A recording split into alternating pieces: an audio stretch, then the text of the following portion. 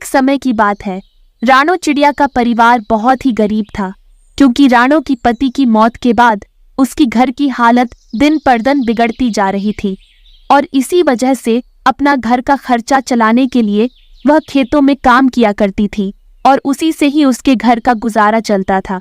एक दिन जब रानो अपने काम पर जा रही होती है, उसी समय उसकी बेटी गुड़िया उससे कहती है, माँ, क्या आज आप शाम को घर आते समय मेरे लिए कॉटन कैंडी लेकर आओगी? क्योंकि मेरा कॉटन कैंडी खाने का बहुत मन कर रहा है।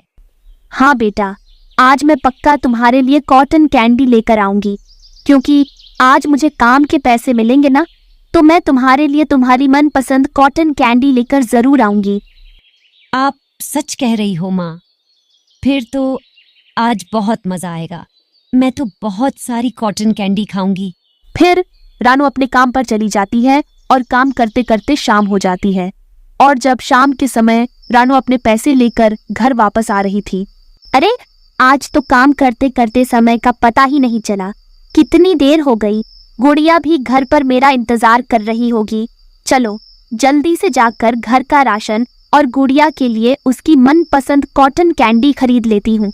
वैसे भी कितने दिनों से मेरी गुड़िया कॉटन कैंडी खाने के लिए तरस रही है और आज जब कॉटन कैंडी खाएगी तो बहुत खुश हो जाएगी। इतना कहकर रानो चिड़िया जैसे ही कॉटन कैंडी की दुकान पर कॉटन कैंडी लेने जा रही होती है, उसी समय चोर आकर रानो के सारे पैसे छीनकर वहां से भाग जाता है और रानो काफी देर तक उसका पीछा करती है, लेकिन वो चोर चिड़िया के हाथ नहीं आता और रानो चिड़िया फूट फूट कर रोने लगती है। हे भगवान, कोई तो उस चोर को पकड़ो, वो मेरे सारे पैसे लेकर भाग गया। अब मैं क्या करूंगी, कैसे अपने घर का खर्चा चलाऊंगी? तभी वहां पर एक बूढ़ी कौवी आती है और वो चिड़िया से कहती है, रो मत बेटा, रोने से कोई फायदा नहीं होगा। यह तो इनका रोज का ही काम हो गया है, दिन दहाड़े चोरी करना। ना तो इनके खिलाफ कोई कंप्लेन करता है और ना ही पुलिस इनके खिलाफ कोई एक्शन लेती है। इतना कहकर वो बूढ़ी कौवी वहां से चली जाती है। मेरी तो पूरे महीने की कमाई चली गई। अब मैं कैसे अपने घर का खर्चा चलाऊंगी? अपनी बेटी के लिए उसकी मनपसंद कॉटन कैंडी कैसे ले जा पाऊंगी?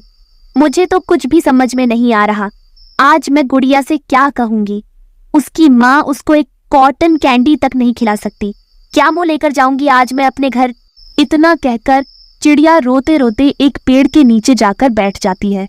वहीं पेड़ के नीचे एक साधु बाबा जी बैठे हुए थे और जब वो चिड़िया को रोता हुआ देखते हैं तो उससे कहते हैं, क्या हुआ बेटी, तुम इस तरह क्यों रो रही हो? क्या बात है? क्या बताऊं बाबा जी, आज तो मेरा सब कुछ लुट गया।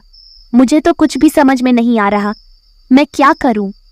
इतना कहकर चिड़िया उस बाबा जी को अपनी सारी कहानी बता देती है। चिंता मत करो बेटी, तुम्हारी समस्या का मेरे पास एक हल है। मैं तुम्हें एक जादुई बीज देता हूँ।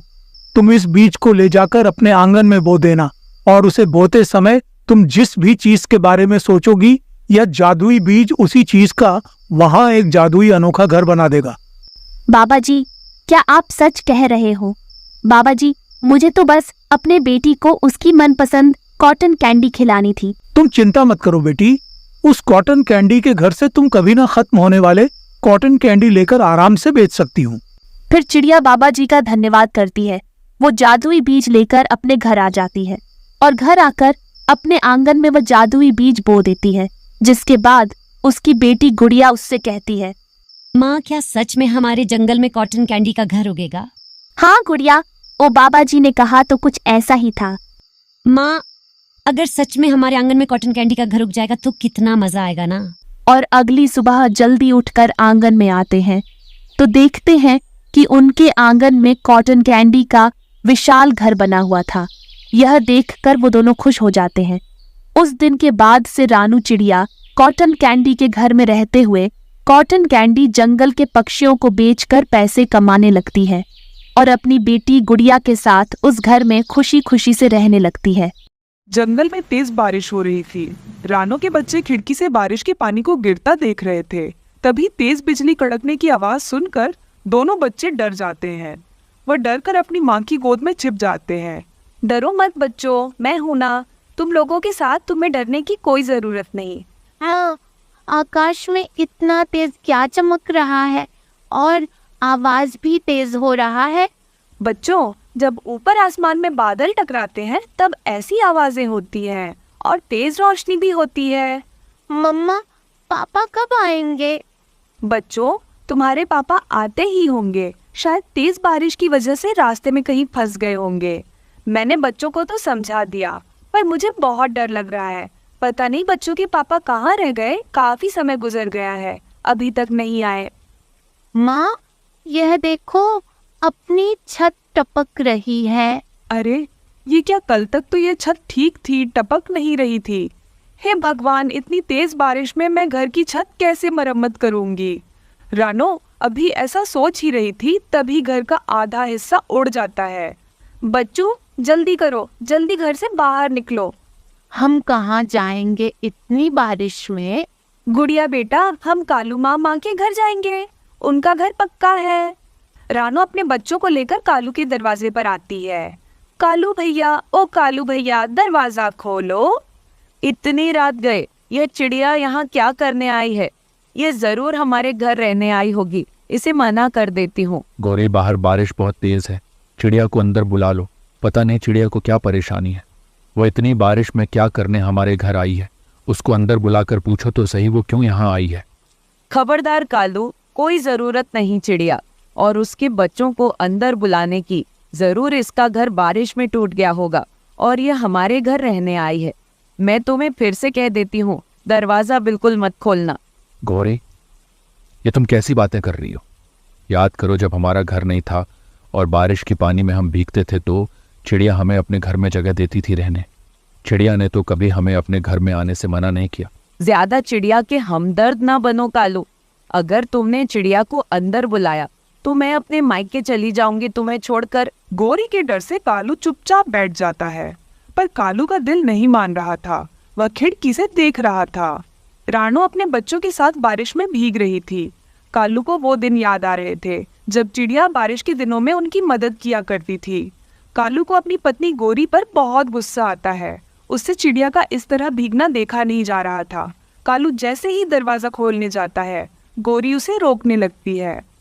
अरे कालू, तुम कहाँ जा रहे हो? मैंने तुम्हें कहा ना, दरवाजा ना खोलना।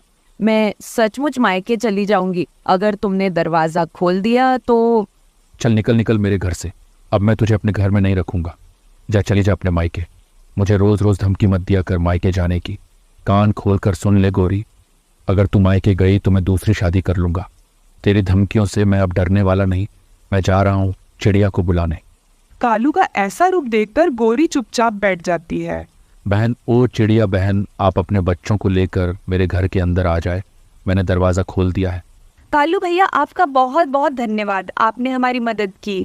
ऐसी कोई बात नहीं रानू बहन, पड़ोसी ही सुख दुख में काम आते हैं। वो पड़ोसी कैसा जो सुख दुख में काम ना आए?